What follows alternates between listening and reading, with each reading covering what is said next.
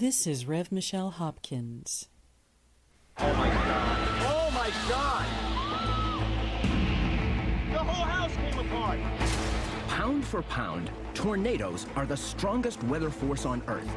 With winds so powerful, they can toss trucks like trash. The rate of energy in just a typical tornado is several times the atomic bombs dropped on Nagasaki. So what would it take to snuff one out?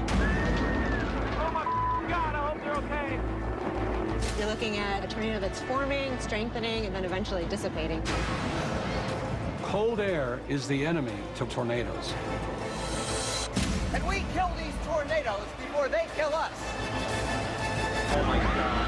Oh my God. Can we figure out how to hack the planet to save ourselves from natural disasters? And even if we can, does that mean we should? Highly controlled, man-made tornadoes.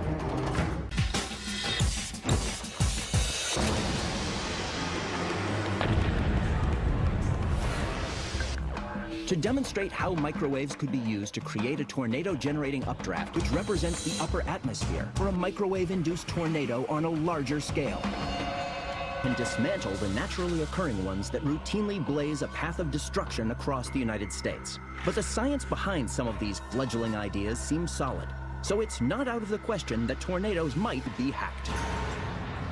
In the House of Representatives, on October 2nd, 2001, a bill to be cited as the Space Preservation Act of 2001 was introduced by Mr. Kucinich.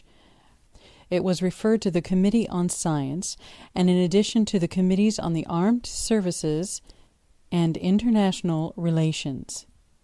The name of that bill was H.R. 2977. Included in this bill were these words: through the use of land-based or sea-based or space-based systems using radiation, electromagnetic, or psychotronic, that's dealing with the human brain, sonic, that's frequency, laser or other energies, directed at individual persons or targeted populations. Targeted populations. For the purpose of information war, mood management, or mind control of such persons or populations, or by expelling chemical or biological agents in the vicinity of a person. Such terms include exotic weapon systems such as electronic, psychotronic, or information weapons, chemtrails, high-altitude, ultra-low-frequency weapon systems, plasma, electromagnetic, sonic, or ultrasonic weapons, laser weapon systems, strategic, theater, tactical, or extraterrestrial weapons, and chemical, biological, environmental, climate, or tectonic weapons. This was a bill that was introduced in the House of Representatives. And in it, he mentions climate control weapons, environmental control weapons, and tectonic weapons. That is, weapons that create earthquakes and volcanic eruptions. This is an actual visualized demonstration by HAARP of a sonic vortex. This is made with a frequency of 1 kilohertz. It's directed frequency, and it's done by more than one array. You can see the original frequency emanated, and then it is directed by numerous separate arrays in numerous directions to create a cyclonic-like action. This is an actual visualized demonstration by HAARP of a sonic vortex. This is how we create hail according to Wikipedia, and all of these chemicals that are involved in this process are found in chemtrail lab results from mid-air samples taken after chemtrailing. Creating hail is done with dry ice or propane expansion in chemtrail aerosols, which cools the air to such an extent that ice crystals can nucleate spontaneously from the vapor phase. However, existing droplets are needed for ice crystals to grow into large enough particles to precipitate out in the form of hail. There is another agent which creates hail. That agent is a bacterial disease known as Pseudomonas syringae, PSA. It's the hail and ice creating bacteria. It was first detected in New Zealand in 2010, devastating whole seasons of crops. A manufactured bacterium with stores in laboratories. And what happens when we take normal rainwater in a laboratory and introduce Pseudomonas syringae?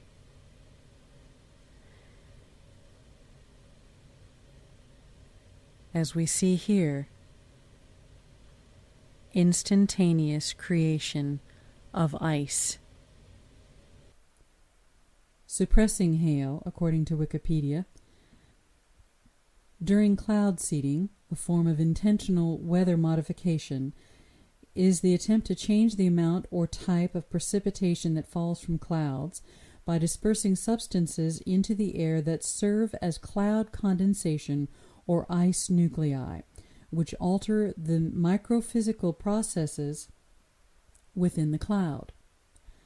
The usual intent is to increase precipitation, rain or snow, but hail and fog suppression are also widely practiced in airports.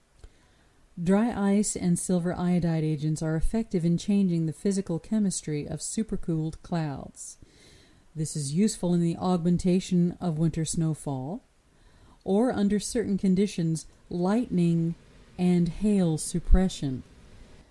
Stormy 13 Wizard 13 showed us on May 23rd that the tornado Oklahoma City radar on 5/20/13 showed us that the tornado that decimated Moore, Oklahoma, was then hit with a spike from a NEXRAD unit.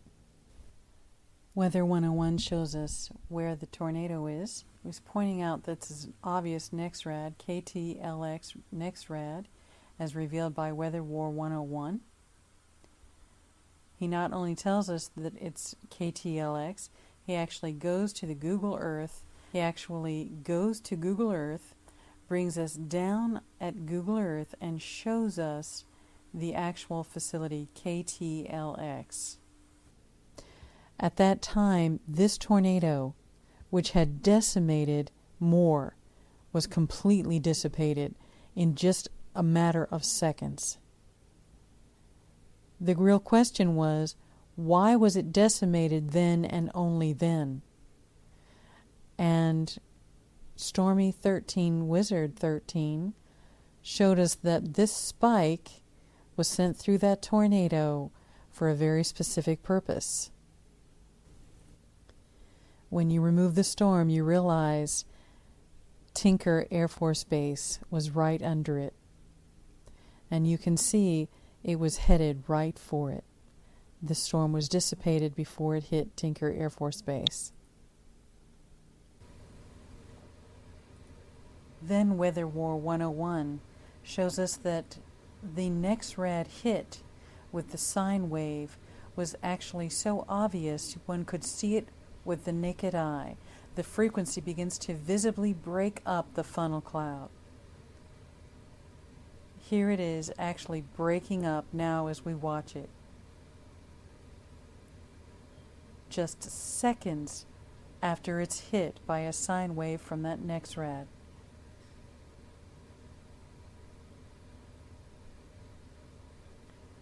You can see the sine wave in it, the enormous vertical pulse sine wave through the funnel cloud before the dissipation. As you can see here, a dual polarization radar, which NEXRAD is now equipped with.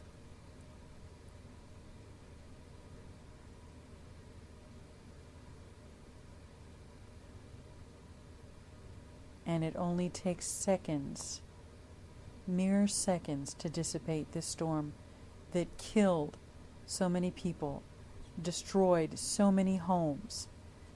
But because it was going toward this Air Force base, our government stopped it with a NEXRAD sign pulse. And all that was left as a visual is the wave itself, the sine wave going down what was a tornado that destroyed so much. Entire town of Moore, Oklahoma. One strike from an NEXRAD is all it took to dissipate that tornado. When that NEXRAD warned Moore, Oklahoma, that tornado was coming fully 20 minutes before it got there. Why did they not strike it down before it hit and destroyed so many homes and killed so many people? And how many children were among that number? Remember my telling you of all the frequency in the clouds, all the billowing up from the chem dumps and chem trails that went into this, all the downward false downdrafts that were made from frequency in this storm. They're all shown right here. The frequency continues as the clouds go through. You can still see the frequency remains. All the downdrafts that were false downdrafts created by frequency, so visible in this system. And here is what it looks like. Right here, a false downdraft created by frequency splitting the clouds, attempting to make tornadic activity, cyclonic activity. This is another TTA. Oops. This is how a supercell is created. Cool air jet stream. You have a warm air front coming this way. Warm air rises, cold air descends. When you have a downdraft, that is what creates a tornado. Tornadoes hate cold air. When you combine two particular different frequencies, those two frequencies converging can create a vacuous cold. And when you blast this downward draft with a blast of vacuous cold, you completely dissipate the cyclonic action. You have completely destroyed the vortex. 2 days before it happened, the world was told Oklahoma City was about to be hit with a rash of tornadoes. The world was watching. Every media outlet with bated breath. What would happen to Oklahoma City? Would they be like Moore, Oklahoma? This is Rev Michelle Hopkins. Thank you for watching, and God bless you.